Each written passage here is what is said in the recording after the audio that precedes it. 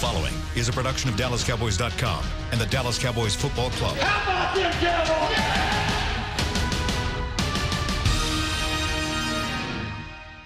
This is Talkin' Cowboys.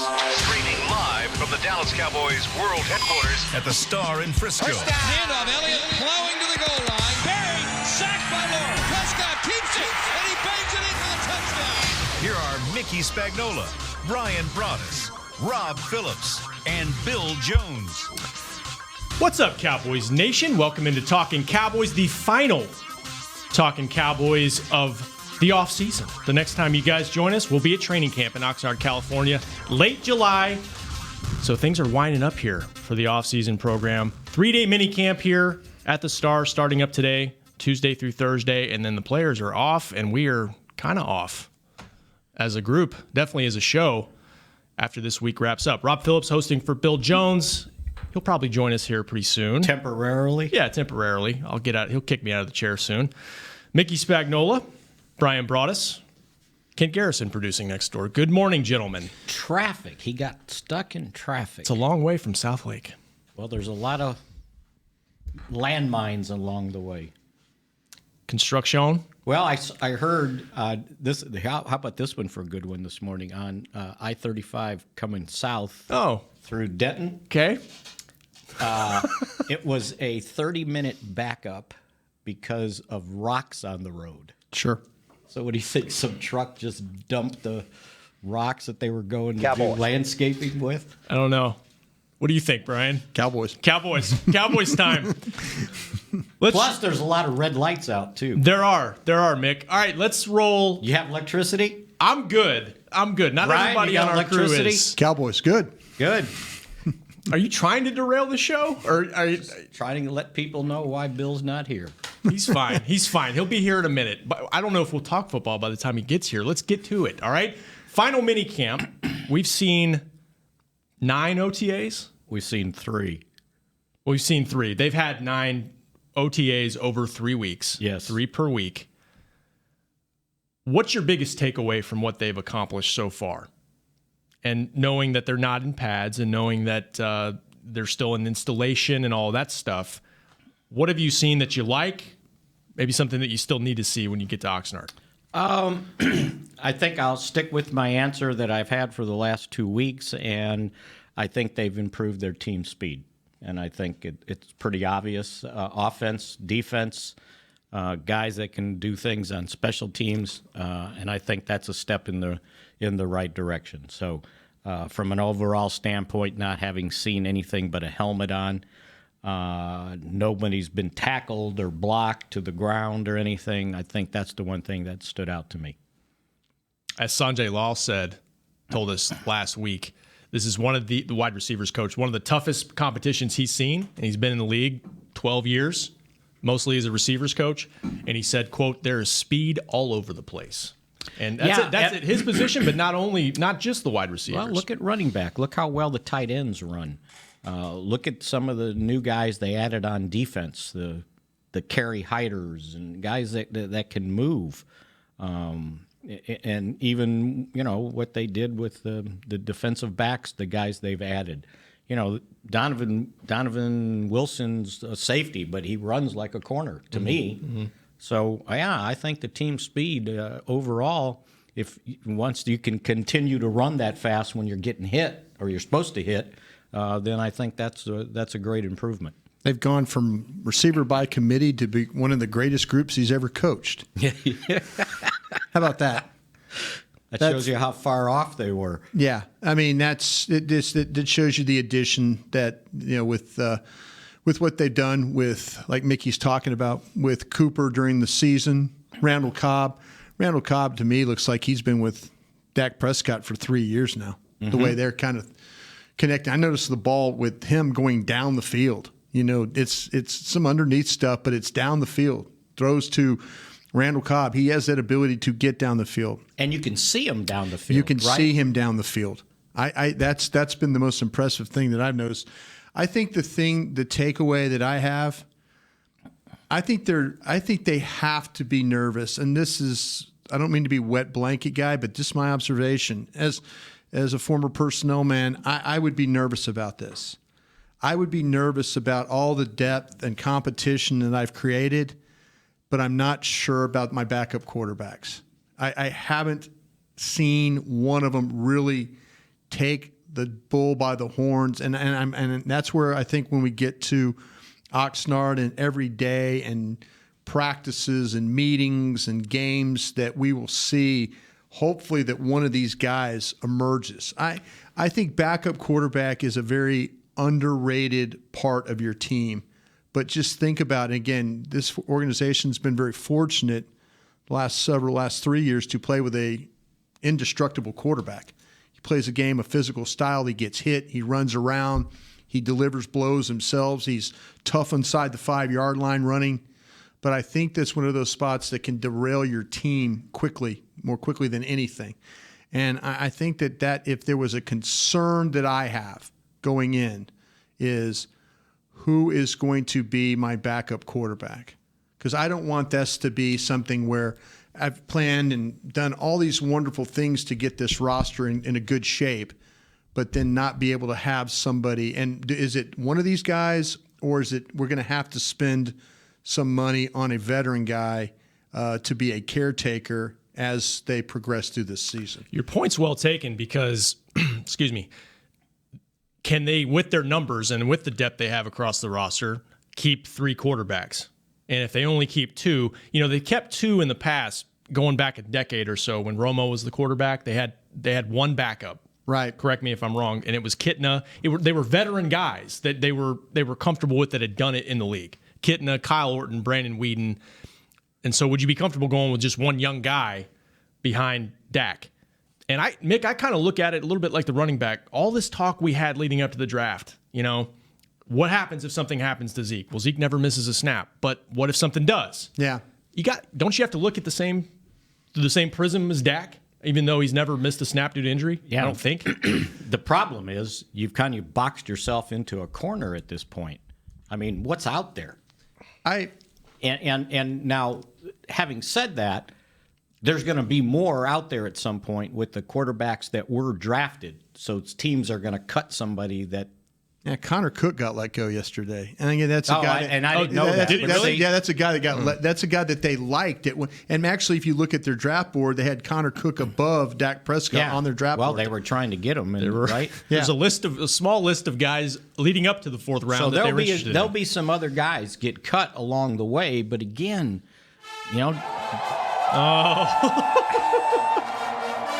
XFL. I love that song though, Kent. That Houston. hymn. Excuse me. Yeah. The thing about though, to your point, Robert, I think that when you look at running back, it's an easier position to plug in and play. Sure. I think that the James Connors of the world and people like that have stepped in and played for big time run. Is it the same? I'm not going to sit here and blow smoke up your rear and act like it is. That's not what I'm trying to do here. I just think that you're better equipped to, I feel like that, yeah, okay, let's see Pollard. Let's see Weber. Let's see Jackson's been the guy, all the practices that we've watched. Jackson has been kind of a forgotten guy. And if you talk to Jackson in the locker room, which everybody in this room has, he'll tell you, he goes, hey, this is the best I've felt. Mm-hmm. So is it the most ideal situation? Can you get by with having receivers and Dak and a backup running back? I think you might be better equipped to handle that than you are having to play with a backup quarterback that you really don't know. I have more questions. This is crazy. I have more questions about the quarterback than I do the running back, just because I think you can plug and play. Well, yeah, and there's also opportunity to play another back. You can spell Zeke within the offense. You can't sit Dak Prescott down. And to your point, how many Pro Bowl running backs this year were 3rd, 4th round or later? I think Philip Lindsay was undrafted. I mean, absolutely, you can find guys in the day 2 or 3. It's not perfect. It's not perfect, but it's the one position where you feel like you can play a guy that has no experience and make it work. If you have the offensive line, if you have the receivers, if you have the quarterback to be able to move the team the way that Dak Prescott can. So do you want to see what these guys do, or do you want to bring in somebody right away to start training camp? I'm willing, and I'm not even going to say roll the dice because it's not a dice roll. It's just a straight evaluation. I'm going to say, okay, I'm going to look at this. I'm going to look at 3. They're going to have plenty of games to play. The preseason games, they got 4 of them. Yep. They got some good competition. They're going to play. The San Francisco defense will be better. Playing the Rams, the Rams always give their defense, their rosters better. So you will see these guys compete against good defenses and evaluate and be able to evaluate from there. And I'm okay with the McCowns, or that type of player. But to be honest with you, again, Kaepernick's a whole other thing. But I'm just saying that to me, I'm willing to give Mike White and Cooper Rush an opportunity in workouts to prove to me that they can be the number 2 guy.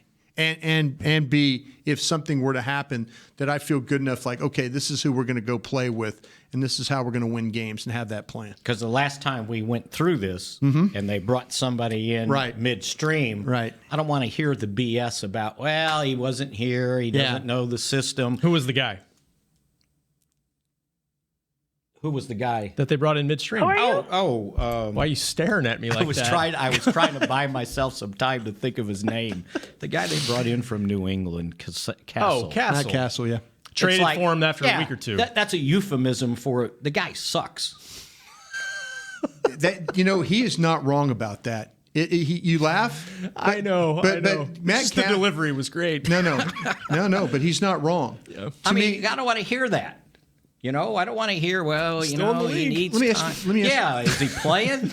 Let me ask you, though, Mickey, and I mean this in all sincerity, I'm not trying to, but do you feel like they need to bring a guy? Do you feel like they need a McCown now? Because if you say you're going to bring McCown in, that just tells me that you don't think that Cooper Rush or Mike White can play. I think at this point, since you've rode this train this far, you got to kind of see it through a little bit more. Sure. And then if it's a veteran guy, if you got the right guy, and obviously you're not bringing in Nick Foles. Right. But you would hope. Yeah. He should be able to adapt if he can still play. Right. If he can play better than these young guys, then he should be able to. Boy, there were adapt. some questions if Nick Foles could play. Remember that Week 17 game against Dallas? Good luck, Jackson. Oh yeah, it was. Didn't Peterson say short leash, get ready? Yeah, kind of thing. Once they get to the playoffs, and if they were to make a move for a veteran quarterback backup, and let's also remember when he got to the playoffs, that first game. Against Atlanta, Atlanta, did they score 15 points? Yeah, it took a goal line stop basically to.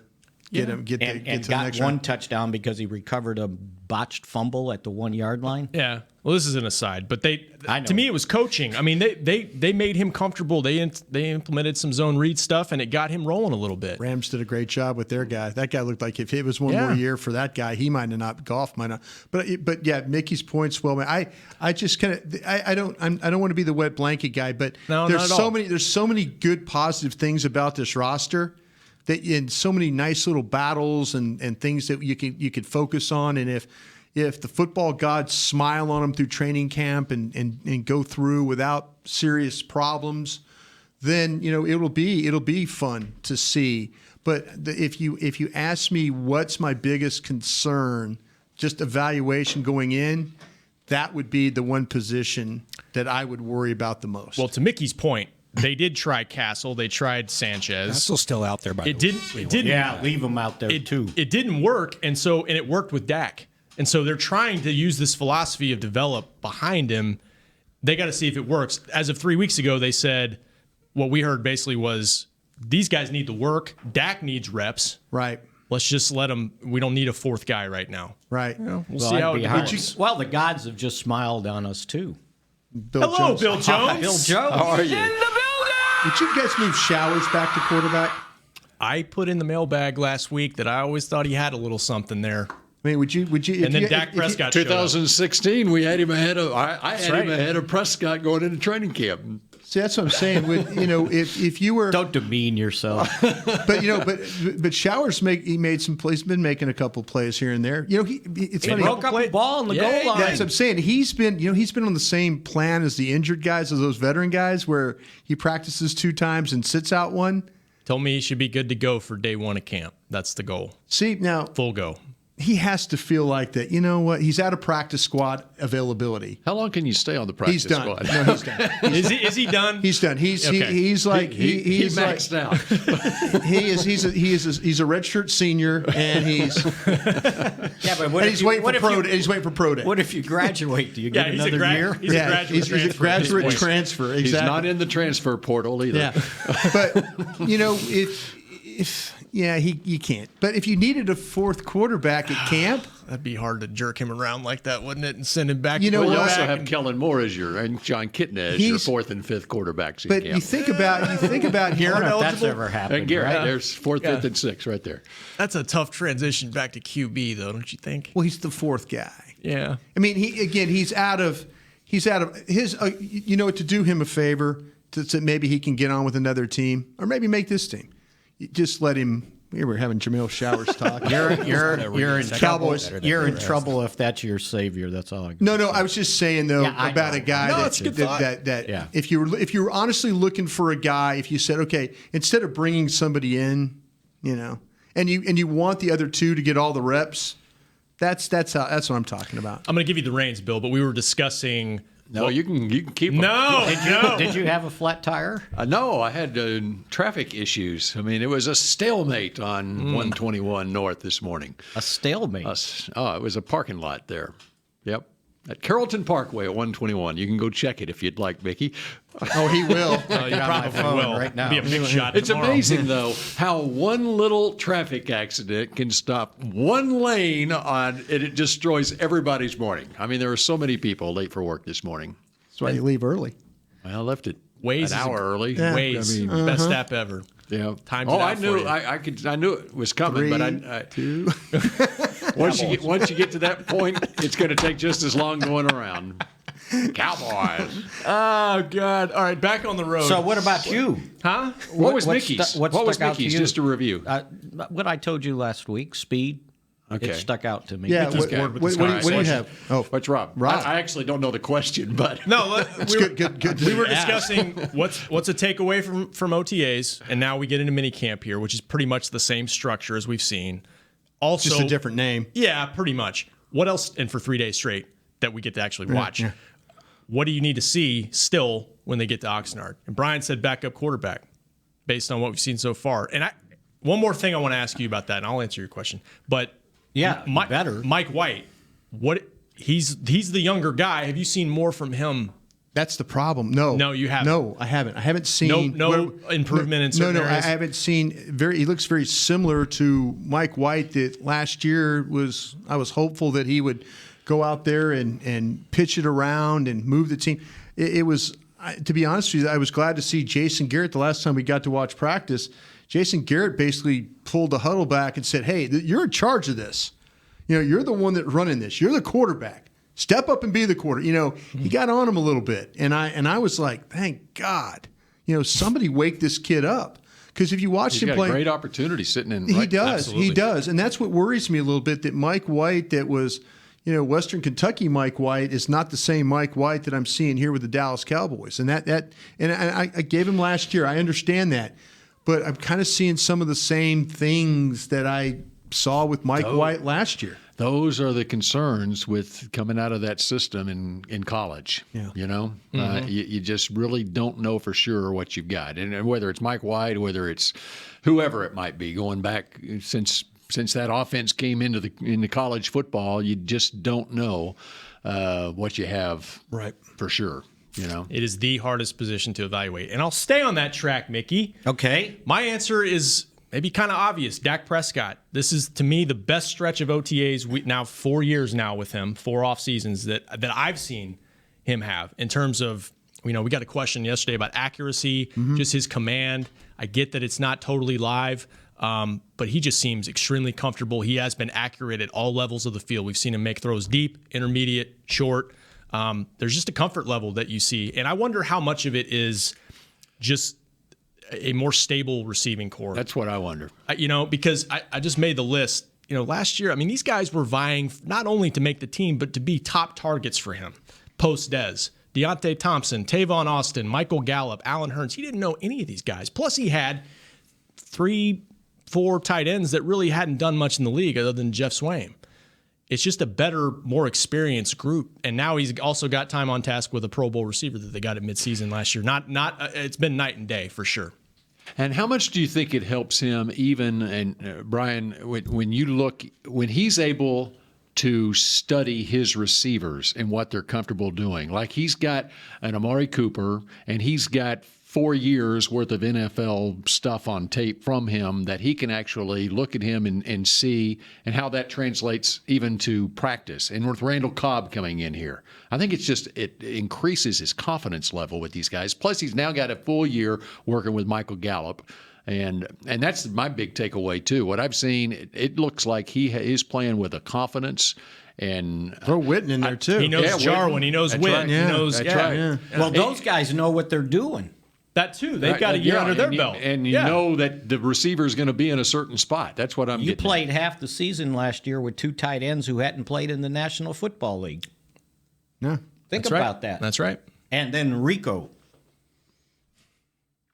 And everybody goes silent. Yeah. And I'm just saying, look who you were playing last year at this time without Cooper. Yeah. Well, they consciously went with that receiver by committee last offseason, and then the Witten thing surprised them basically around draft time. I don't know if they really thought he was going to hang it up, and then he did. Can I ask a question to the group? Why do you think they went receiver by committee? What do you think? Do you think that there was so much confidence in Dak that Dak could make these receivers? Or is it like, well, at the time, just like Rob said, he needs it to be the other way? At the time, I'll just jump. At the time, you didn't know Travis Frederick was going to miss the season. Right. And I think you might have felt like, all right, we got a strong offensive line. We've got Zeke. We've got pieces around him. We're going to run the ball. We're going to pound it, and somebody will emerge. I think they got put in that position because of the delay on the Dez decision, because it was mid-April before they made the decision to release Dez.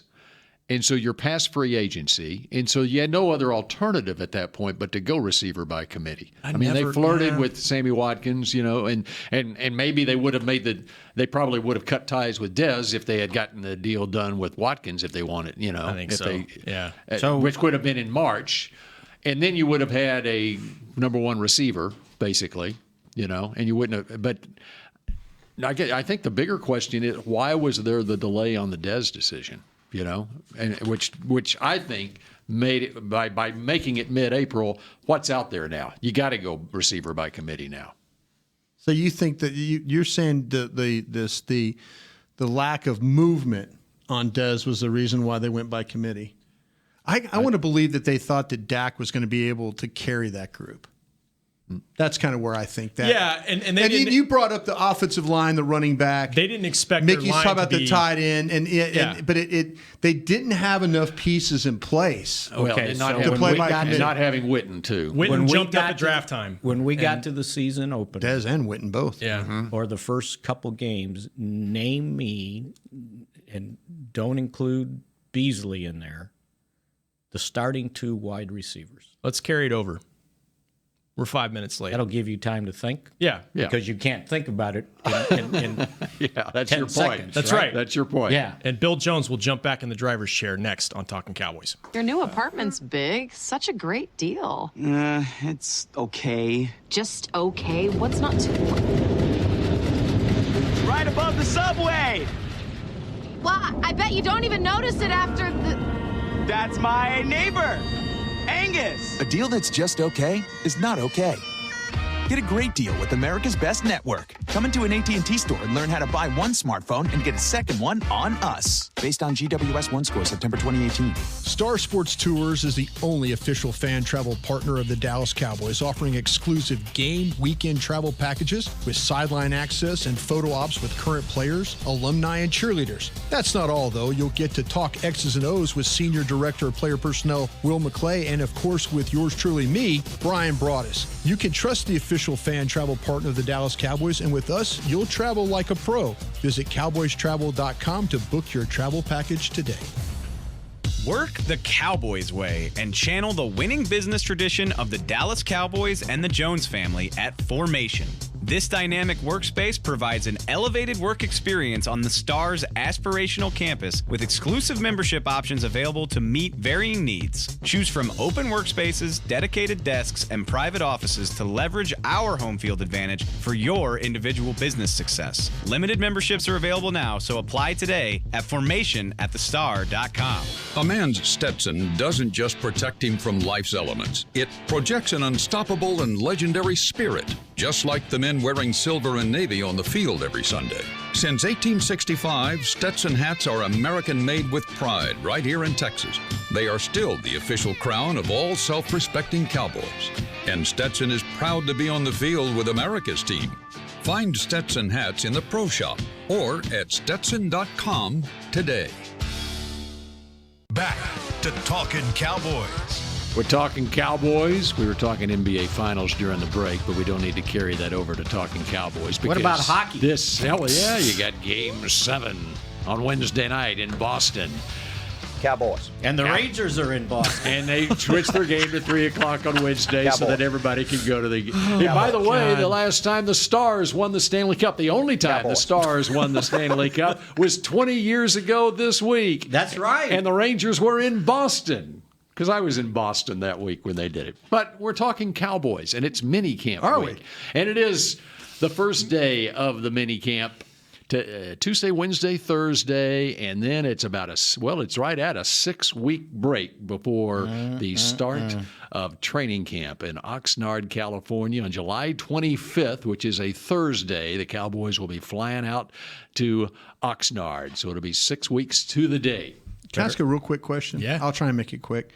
If you knew this 6-week period always makes me worried. I appreciate the time that we can go and do things. Hold your breath. Exactly. Would you, as covering this team, would you rather have the vacation time on the front end, for example, like post-draft, and then start the OTAs and mini camps to where you only have like a 2-week break or a 1-week break before training camp before we have to go? I wonder if the coaches would like that. Are you asking me from a personal standpoint or if I was a coach? I carry both if you like. Carry both. I just again, my experience, I would personally rather have the break after the draft. If you told me we could start, I would take the month of May off. There you go. I am totally on board with that. Because the way it's set up now, and it's nice for us to have this time coming up, but you could have it in May. But as a team, exactly, you're not starting over when you get to camp, but you're not grinding like you've been for 10 weeks straight. And then these guys are technically on vacation. Obviously, they're going to train on their own, but are they? Well, I mean, and some of them will. Yeah, they will. Some of them will, but it's not the same. It's not the same. To me, I would rather see the players get more of a break. I think if you had them, if you gave them more of a break after the season, an extra month after the season, and then started your workouts and things like that, like Mickey said, after May, say you started June 1st. Whatever, and then take all the way of all June, and then all of July. Say 2 weeks before training camp. Yeah, 6 weeks. Go 6 weeks of these OTAs or working out, whatever you want to do, and then when you get we're going to report July 25th. Okay, we'll give them off, break on July 16th, and we got 10 days off, and then boom, everybody's back. But then you don't lose that everything that you've gained. These guys are great athletes, no question. I mean, you can't be a bad athlete and play in this league. I'm just saying, though, I think you're susceptible to injury taking the 6 weeks off and then showing up for a camp where you go hammer down, and that's where I think that's why they have to take it easy at the beginning of training camp, too. Yeah, otherwise you could just transition right in. Yeah. You've done all this work to get in shape, and then you say, okay, in 6 weeks. Yeah. So what would you do prior to May? Nothing. What about... Because basically the way it is right now, the organized off-season stuff starts April 15th and goes until basically June 15th. So it's a 2-month period there. Right. So how about doing the April 2 weeks, whatever it might be, 3 weeks leading up to May 1st, take May off, then do June. Yeah. To where But the only problem with that is then you're spending all of June getting guys in shape, where you did it from the beginning May. of April all the way through until before you OTAs, started doing football. But with 6 weeks off now, do they come back in perfect shape? No, they don't, and that's why I don't think they should have that long of a break. I wonder what the players. Oh, I'm sure they love it. Mm-hmm. I would think the I player. love it. I think the players. I think the players, if you gave them more time off after the season, would probably appreciate it more. Because what you're doing is, if you brought them in June and worked them through July, you're getting them in that mindset. Okay, we got to do this every day. But I think if you gave them more time on the front end to recover, I think they would be. I think they would be they'd be happier about that. It's kind of like teachers out there, whatever. You get in, you're off in the summertime, and you basically have 2 months off in the summertime. Well, I'm already hearing teacher friends of mine say they're 2 weeks into their summer vacation and they're bored. Yeah. And for like players, all right. Yeah, you got 6 weeks from Thursday. My wife's not. She needs a break from the fourth She's got the graders. NBA finals. Yeah, She's watching finals. Good. She's good. But, Go ahead. but for the players, all right, like you say, 6 weeks is a long time. So it's a tremendous. And all that work that they put in for the last 2 months, I mean, it takes some discipline I'm trying on their part to maintain that. Well, if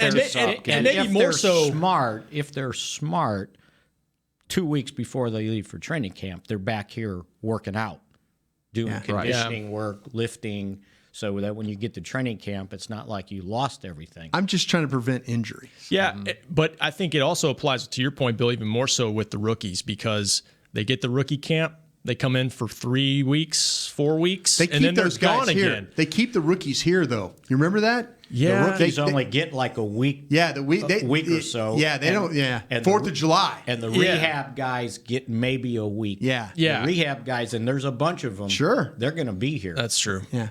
It's a good thought. I'm Brian. just trying to get the perfect camp of my team being in shape and us not missing any practice time. So when we get into the season, because they give them enough breaks during training camp. Have you guys looked at the schedule? Oh, yeah, it's a day off every 3 days. I know we're 4 going days. to the Western Sizzler on July 31st. I've already got that day planned. Brian sent out an Outlook invite on email. Yeah. Stay my beating heart. No, the Western Sizzler. Don't you knock the Sizzler, man. Exactly. The starting wide receivers not named Beasley there you go. for the season opener. Oh, yeah. That was Thompson and Hearns. Yes. And then there was a third in there. That wasn't Beasley the next week or the next 2 weeks. When did Gallup get in there? Terrence Williams. Terrence Williams. That was another one. And you asked what went wrong with the committee? Yeah. The top 3 guys at the beginning of the season might not be here to start this year. I applaud them for realizing that wasn't going to work. And it took a team that was willing to move on from a star player that was going to do it their way, and it took a first-round pick. I mean, you had to have a lot of things go that way. But I admire them for not sitting there and saying, no, we can ride this out. Yeah. We'll just ride this out. It'll get better. Because it wasn't going to get better. And what was it wasn't going to get better. What was really interesting about it, too, Mick, if you break it down even more, I know we're live on the air, but those snaps on offense, the first few games, it was a true committee. Like, they were pretty evenly distributed. It wasn't like it was this hard rotation of 3-4 guys. It wasn't until Austin got hurt, and really they got Cooper. And Terrence Williams got hurt. They get Cooper, and then they kind of stabilized that group. Gallup he starts playing more, and I think it made Dak way more comfortable. I think the thing with Williams, I think the DUI thing was what got him put to pasture. That was off season, right? But then he had the foot thing. Yeah, but I think it was kind of like he was having some issues, but was he really hurt? It was an RUI. Yeah, riding under the influence. I'm just saying that to me that it was very himself up. It was a train wreck. It really was. It was a bad misevaluation. And I always tell people though that if you can't evaluate your own team, then you're not ever going to be any good. And I think they evaluated their situation. I know they evaluated their situation. They had to do something. So then look at last off season. Okay, they went through the whole month of March in free agency, and it wasn't until April 13th they released Dez. And then well, you're harping on that one today, Bill. No, I'm just saying. And then, is it an anniversary or something going on here? No. And then Witten surprised them. Yeah. Okay. Yep. And then Terrence Williams. So there's who had his deal in May. I was wrong about Terrence Williams. So that was back. over a month-long period. They made their own decision on Dez. Witten made his decision. Terrence made his choice, and you're down. Who were your three primary receivers over the last half decade? And then, by the way, you get to late August. Travis Frederick learns he's going to be out probably the entire season. Winds up being out the entire season. You got a rookie left guard, and the offensive line was not the offensive line that we've come to know until probably midseason when they make the coaching change, and then they got better. So the only thing they had done at wide receiver was sign Hearns and Thompson. Like 2 weeks into free agency. And Thompson has struggled to. He's been a journeyman throughout his career anyway, and he's trying to hook on with some. I can't remember where he is now, but he's someplace. But so didn't work. So just look at this team and this offense now compared to a year ago, or after the Frederick injury or the Frederick Guillain-Barré syndrome going into last year. I mean, how much more confidence should Dak Prescott have? Or how much more? Like. A whole lot? Yeah. Well, confidence in him, but how about confidence? Does he have confidence in the offensive coordinator? Oh, there's the other thing. Yeah, that's something new, huh, Mick? Mm-hmm. Yeah. But the second half of the season, he completed 70% of his passes. Sure did. I'm not going to get off of that. Sure. Cooper showed up. No question. Played 9 games, the last 8. 70% completion percentage the last 8 games. Which adds to his confidence level going into this year. Yeah, absolutely. So I don't think there's been this dramatic turnaround in his ability to throw the football. I think the dramatic turnaround is who he's throwing the football to so far. Looks accurate. No, I'm not taking anything away from his first 3 years, but I think he looks so sharp in these practices. Yeah, no, he has. No, absolutely. But it helps that he knows who he's throwing to. That's him or Kitna. Who's made the? If you had to say, wow, he looks. Well, we know he looks physically different. I could see that. You watch him; he's a good one. Guy looked in the baseball uniform, looked like a baseball player out there at the Dirk Celebrity. And he's on that point. He's one that I remember at training camp last year. He told me that he had put on weight at the end of the after the previous season. Right. He had gotten up there a good way. Sure. Now he had gotten back down by looks training great. camp and looked like he does right now. Yeah. I mean, I'd love it when I see Dak Prescott looking like he looks right now. He does look fit. I mean, he does. But and let's not also forget that he's been working with those dudes out in, is it Arizona, California? The quarterback. Oh, the Tom House guys and stuff like that. He's been going to that in the month of March. See, I'm trying to think if it's so is it Kitna or is it Kitna or Dak that we've seen improvement, not only physically, but we've seen better accuracy. When he misses, it's not the sweaty ball that goes flying and fluttering over people's heads. If he misses, it's maybe 6 inches, 4 inches, that kind of thing. They've talked a lot about footwork. Kitna has, and Dak Garrett. Are you seeing that? Are you seeing subtle things? No, you're seeing a guy that sits in the pocket and looks like he's ready to throw. Not a guy that, and maybe when you get, like Mickey's saying, you get Travis Frederick back. You get Collins back. You get, a year now of Connor Williams. I mean, Connor Williams, to me, physically looks good too.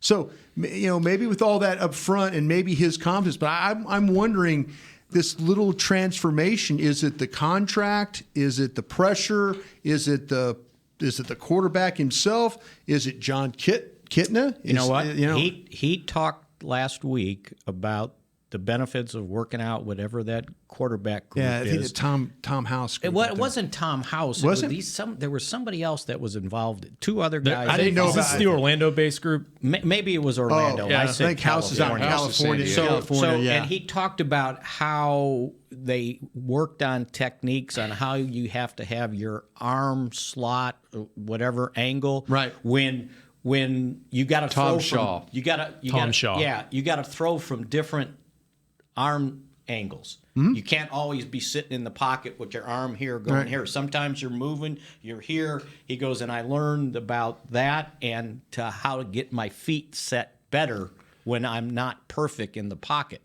And he thought that improved his accuracy. It was interesting to hear him go on and on about that. Might as well give full credit to the Tom Shaw Performance Enhancement Camp at ESPN Wide World of Sports at Walt Disney World. There's your non-paid advertising. And isn't that where he talked about bringing the guys in there that's right. and working with them? He did, yeah. And what's important too is what they teach him. It aligns with Kitna. It's not like it's something vastly different. Kitna's attention to detail guy. Yeah. You watch him coach, there's a lot of things that he's going through with these quarterbacks. Well, I'll tell you what. You know who he did wonders with? His own son. Yeah, kick and throw it. Did you watch? I've seen him throw it. Yeah. When they needed another quarterback and they were running those routes with the wide receivers, he's stepping in there and throwing it. And he's spinning it. He never misses them. Nah, he's so right. active. And I've seen him out there working with him. You're wondering who the fourth quarterback is? I knew Bill was going there. I knew it. He's a college kid, right? He has eligibility left. Yeah, he's still playing. Where is he? That's a good Was he question. at TCU? I don't know. I'll look it up. I thought it was a small school. I thought he was a small school guy too. And then he was trying to. TCU has only 8,000 people. That's a small school. FBS or whatever. What do you call the Division I AA now? FDS. That's where Linehan's kid is. Who? Or has been. Yeah. Is it Jordan Kitna? Colorado State? Pueblo. Colorado Pueblo, yeah. Yeah. Bill's Colorado on, State. Bill's on yes, it. it is. It's Colorado State Pueblo. Bill's an investigative reporter. That's right. Don't sell him short. He was Colorado at Cisco State. Junior College. Colorado State Pueblo. That's what it says here, I think. Yeah. Well, that's not Colorado State. I didn't say it The was. I said Colorado State Pueblo. The Colorado State University. He's not the Rams. That's like Texas A&M Kingsville. That's right. There you go. Or Texas A&M Commerce. Are you hosting the show today? Which has produced an NFL What are you doing? What are you doing over there? Cowboys. But it says Jalen Kitna is going to Tennessee or is committed to Tennessee. Okay, well he's now from he's Reedy going. High School, class of 2020. Oh, Is this Jordan? Just up the road. Which Jalen Kitna? Jalen. That's a different Kitna. Yeah, There's a couple of kids. I knew Jordan that. and Jalen. Yeah. Jordan. No, one of them can really throw it. The one, Jordan. The one not going to Pueblo. Tennessee, so. When you go out there today to the minicamp and you see the guy that looks like he's a ball boy and he's got his hat on backwards and he's throwing strike after strike after strike, that's him. Whatever his name is. And to my point about TCU, Jordan Kitna went to TCU and redshirted his first year before transferring to Cisco Junior College and then Colorado State Pueblo. Yes. So there you go. There we go. There's time for Garrett yet? Who's the head coach there?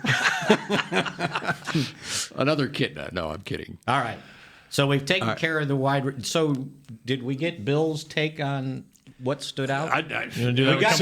I just fed off of Rob Phillips and Dak. Dak is the one that I've and otherwise it's overall depth on the team.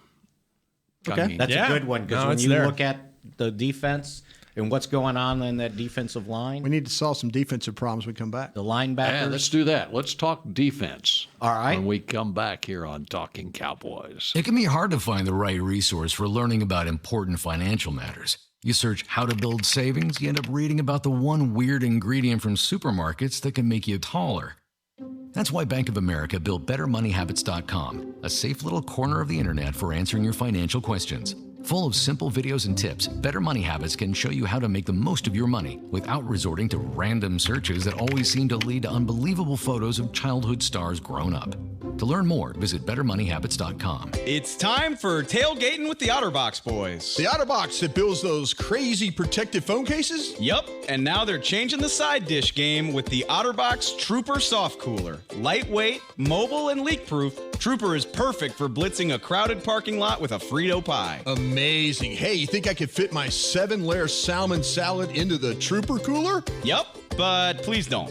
And that's been Tailgating with the OtterBox boys. Learn more about the Trooper soft coolers at OtterBox.com.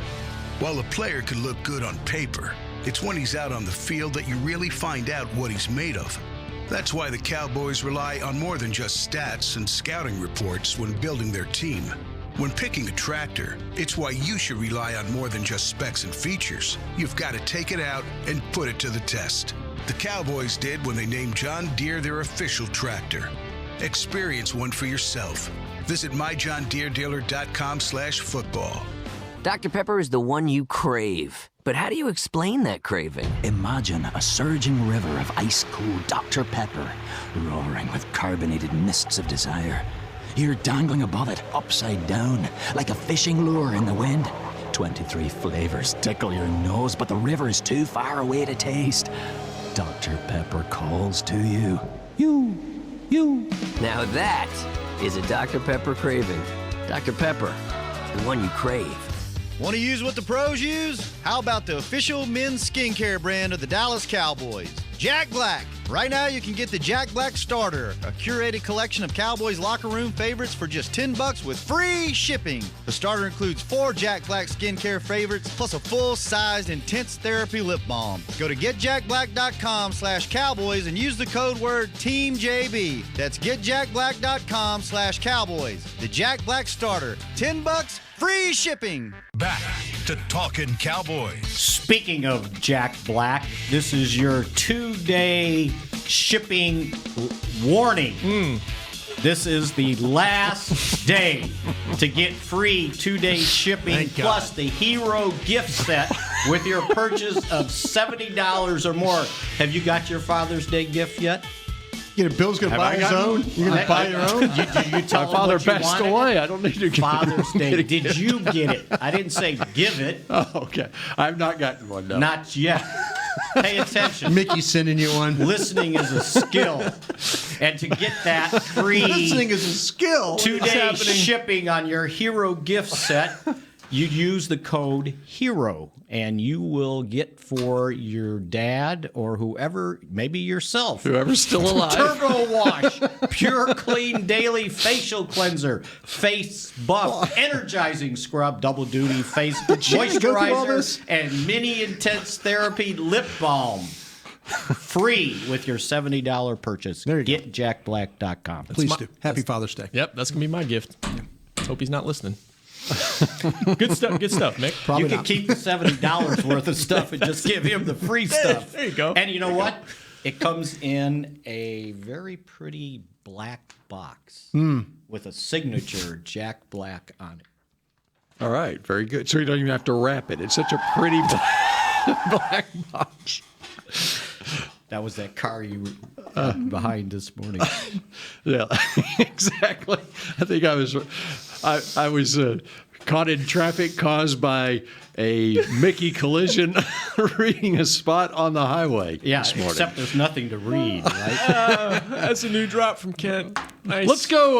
Let's go defense. You want to play some defense now? Yeah. Brian brought it up. Where would you like to go on the Cowboys defense this is sort of like it's a mini camp.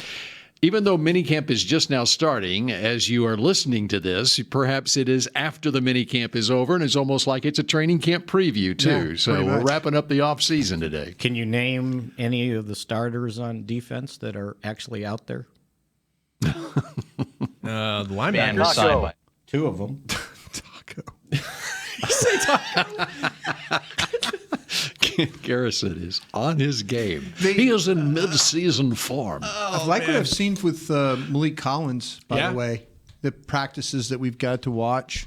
Maybe it's something to do with drafting somebody in the second round. Maybe it's a contract. Having 2 good feet. Yeah.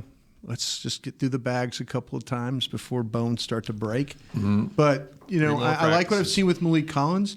Love what I've seen with Sean Lee running around out there. Yep. You know what I think? Does anybody talk to Sean Lee? I asked him this question. Mickey, did you ask him? You know what? They used to keep Sean Lee in bubble wrap.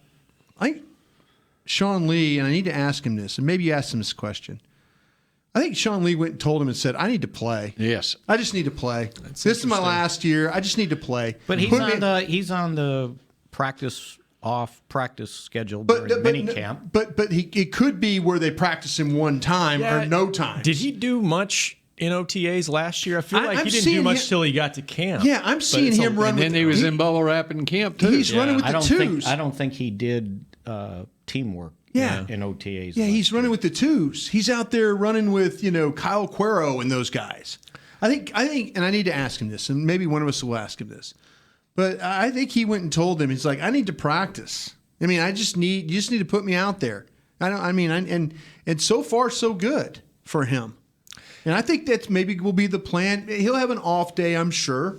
Yeah. The camp, the veterans roll through, the Wittens, the Lees, the offensive lineman guys all do what they have to do. But I think Sean Lee just said, "Hey, the hell with it. You know what? I haven't played in 3 years, basically. I need to go. I just need to go practice." Even with his injuries, the only time he had a season-ending injury was the ACL, which was in the OTAs in 2014. Yeah, okay, right. where it was an off-season deal where you got hurt. Okay, and he's lost for the year. Okay, then the other stuff it's hamstring type stuff. There's been other injuries besides that broken bones or whatever, but. Here lately, it's been more. It's kind of like Adrian Beltre with the Rangers, where you get up there, pushing your mid-30s, whatever, and he's wound so tight, Right. And his play. And his role is probably going to be slightly different, right? He's Sam linebacker. He's not probably going to be asked to play 50, 60 snaps anymore. Unless somebody gets hurt. And then he's on the nickel, which he's been on during OTAs. Now, I do know this. Talking to Rod Marinelli, he's excited about having Sean Lee on the field. So they need him on the field. So maybe it won't be as much. Maybe we talk about because it was Damian Wilson, and you say, well, we don't really want to put Damian Wilson out there. Sean Lee's a little different animal. Yeah, Sean Lee's like, guy can get on the field and make plays. Now it's like, well, maybe we don't have to play as much of certain things. And you play that 3-man line. I've brought it up before. You were not wrong about that. And you can keep 3 linebackers and 1 extra DB. Sure. The Rod Marinelli, he confirmed loves that, right? He confirmed it. You're absolutely right, Mickey. Because he would use that. Wilson a lot to try to blitz, and I bet Sean Lee's a little bit better at that. Sean Lee will be a blitzer. Jalen Smith will be a blitzer. Position of concern. Of starters on defense. On defense. Defense position of concern. I want to see what happens at right defensive end. If Quinn is a 70% guy on the field, or is he a rotation guy? And if he's a rotation guy, then who's the guy at right defensive end? Because we haven't seen hide nor hair of Tyrone Crawford, right? Not at all. Not at all. And I think he was in that Wednesday group that vet guys, and we've been seeing Wednesday practices and OTAs. But we saw Wednesday last week. But we didn't see him. We didn't see him last week. But we know what Tyrone what he can brings. do. Yeah. Right. But who's the guy there though? Is it Quinn? And is Quinn the Quinn? Wouldn't you think he is? Do you think Crawford would start at right defensive end? I think he would. Yeah, I do too. I think he would. I think that's the game plan. Yeah, but if you get unless Randy Gregory, you get Randy Gregory back. You get Randy Gregory back. I'm kicking Crawford back inside. Mm-hmm. I'd like to see my starting corners right now, and you're just not going to see Byron Jones. Bingo. That's me. Byron Jones point. I think he said he wants to get back sometime in camp. They're trying to get him to week 1, and what Cheeto has a hip deal right now that he's dealing with. So I thought it was a hamstring. Jones was the hip, right? He had hip surgery. Yeah, maybe. So Jones is finally working on the cords and stuff though too. That's a good sign. I think they're hopeful for game 1. Yeah, but it's not a sure thing. Who is not the sure thing? Is Lawrence a sure thing at left end? I think so. Or Jones a sure thing at cornerback? What we've been told is they're hopeful on both for week 1. Now, is it a guarantee for both? I don't know about that. I think it's more closer to Lawrence from what I've been told. Okay. But also don't expect to see him in any preseason game. Yeah, right. Yeah. Right. Because just get him to week 1. Think about it. So you're not going to play the 4th. If you're going to play, you're probably not the 1st because he probably won't be ready. Is he going to Hawaii? Is he going to Hawaii? I'm sure he is, sitting on the beach, but doesn't mean he's going to play. Last year. And then here's the other point. So if you did play him in a preseason game, how many snaps? 10. Yeah. 10 snaps going to make the difference between him being ready for the opener or not being ready. This is the age-old argument with Emmitt Smith and Zeke at the running back position. But he practices so hard at training camp. He does. I mean, you don't need him to play as hard as he practices at training camp. That's where he's running pretty hard out here. Yeah, he is. Now. Matter of fact, he was out there yesterday running. Yeah. So I'm with you, Rob. I'm with you on the corners. And Mickey, you make a great point about the right end. Because right now we're seeing Anthony Brown, Jordan Lewis, and C.J. Goodwin on the nickel. You are surely right about that. So, we're not seeing the full depth chart. And maybe, as we get deeper in here, Alumba. Alumba. Yeah, Jackson. but even if so, Cheeto's going to be fine. I'm just saying I haven't seen the starting group right now. Well, you did early before he pulled his hamstring. I haven't seen Byron Jones, and I may not see him till week 1. That was my concern, was the right corner. That was my. I mean, how is Byron Jones is tough. I mean, so they've been playing Anthony Brown in place of Byron Jones. Yes. Yes. So I guess the question is, if Byron Jones is not ready to go week 1, how confident are you with the replacement? Either Brown or Lewis, right? Well, what happens is, how confident are you with who goes into the slot? Because it's going to be Jordan Lewis. It's going to be Lewis, yeah. They've been moving Goodwin, right? Yep. Goodwin's been getting work. Yeah, at right corner. At right, but that was after Cheeto went out. Yeah. Goodwin got work. But I like to see more of Jordan Lewis. But that being said, I want Byron Jones healthy, and I mean he was the best corner by far on this team last year. So they're trying to get this Michael Jackson ready, by the way. Yes, playing some nickel. nickel. Him at nickel. They're putting him at slot, playing him at outside. You know the position that's not going to change, and everybody was up in arms about it. Safety. Yeah. Yeah, and you know what? That's what it's going to be. I think. Yeah. And if Mickey's friend Donovan Wilson makes his team, it's because he put Kayvon Frazier on the street. I don't see them carrying 5 safeties. Mm-hmm. I really don't. That's just me. I don't know how they do that, but but that's the position to me that it's not going to change. Michael Jackson's got some safety size about him. Yes, he does. 210. First time I saw him on film, They played with Brian, West Street safety the other he day. looked like a safety to me. Okay, West Street too. That's a long safety. This ain't defense, but I think I brought it up last week, and I can't remember if I did it after we finished. Well, what was that trail away you just did? I can't remember. Y'all okay with the kicker? Oh, I think you did bring it up last week. You did bring it up last week. That's the one thing. Are you want to see more of Casey Redfern? Is that I don't know if it's what Casey. you're angling for? What's that headline again? Or the Redfern? I don't know. One of my favorite childhood books. I'll tell you one thing. I know when practice starts, I am going to pay attention. I'm sorry, folks, if you're there in Oxnard, I'm not going to shake your hand. I've got to go watch kickers work out. Now, the kid faded a little at the end. He's not a kid. He was 27 years old. Mickey just throwing that dirt. You talking about Maher? Yes. 27. Oh, of course he is. So 28? He's going to turn 30 November 21st. 30? As Adam Vinatieri just keeps. Yeah, I was going to say. I mean, it's not like he's at the end of his prime here. No, but you know, here's 30 years old. Here's another thing to consider. This is George Blanda played the over the hill gang. No, I didn't mean 30 as old. Oh, okay. What did you mean then? I just meant I didn't think he was. What was that reaction? 30? What was that reaction? You know what? I don't. This is the first time in his career he's been in the same place 2 years in a row. Yeah. He's always hopscotch trying to find a job. Sure. So now, how much does that help him that he gets a full off-season conditioning? Pressure of having to make kicks because obviously they'll get rid of you if you don't make kicks but I in think training you have camp. to have a backup plan. Yeah. And I'm not sure what the backup plan would be. Yeah. Because I think they consider Redfern. He's been Casey Redfern as more of a punter than he is a place kicker. Yep. Kind of the same thing. We had the same talk about this guy last year. So if they're that concerned, No, I didn't say they were. But if they were, said don't you Mickey think is. they would have a kicker in here? I think I agree. they should at least think about who they would turn to. Well, you know, there's 6 weeks between now and the start of training camp, and maybe there's a kicker out there. I'll tell you one thing. Maybe that's If Steve Hoffman was here, he'd go down to the Home Depot and he'd have a workout at the stadium, and you'd have an all-pro kicker the next day. That was showing you Amazing. which light bulbs to buy. Hey, listen, I'm looking at paint, and have you ever made a field goal in the NFL?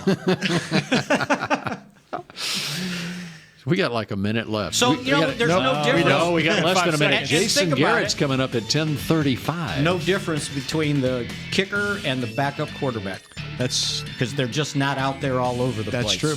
Can't go down to Texaco and get one. Mickey, we got to leave. You can keep talking if you'd like. Okay. See you in Oxnard, guys. Have a good vacation. This has been a production of DallasCowboys.com and the Dallas Cowboys Football Club. How about this, Cowboys?